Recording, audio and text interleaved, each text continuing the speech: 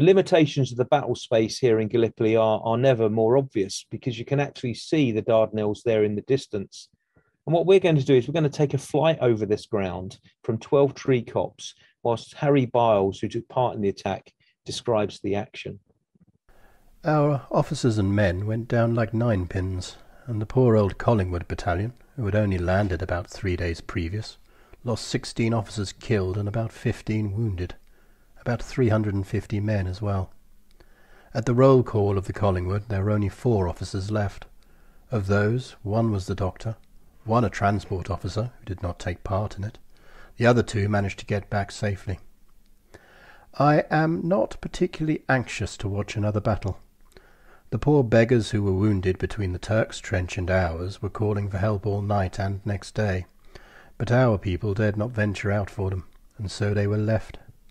Some managed to crawl to our trenches in the dark, and the other poor chaps, I'm afraid, well, died of exposure and loss of blood. We have not been able to get them back in yet. Only yesterday I was in the firing line, and with a periscope could see numbers of them. There was some big misunderstanding in the programme on that day. The scheduled time for our lines to jump out of the trenches was 12 noon, but for some reason, never explained, the French were all behind, so that by the time our fellows reached the Turks they were enfiladed by the Turks whom the French ought to have driven out, and so the thing was a failure. Our men had to return to their own trench again, and in doing so were mowed down by the enemy's Maxims. Had the French only gone forward with our men, we should probably have had the famous Achi Baba Hill by now, and should have then had a place to get out of range of their guns, whereas they are still in possession of the hill, and there is not a place in the peninsula we can fall back on for a rest, not without getting shelled by them.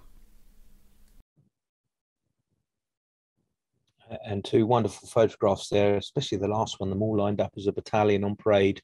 This was Collingwood Battalion, and the photographs were taken before they sailed to the Dardanelles whilst they were stationed in Blandford. Quite incredible looking at those men lined up. What we're going to do now is fly across the peninsula, close to where the Royal Naval Division base camp was. Sadly, the writer of that last letter, Harry Biles, was not to survive the conflict. He would fall in the July, just days after the letter that we just heard was received back in Blighty. Today he lies in Skewbridge Cemetery, one that's not too far away from Backhouse Post, and close to the location where the divisional dressing station was situated throughout the campaign.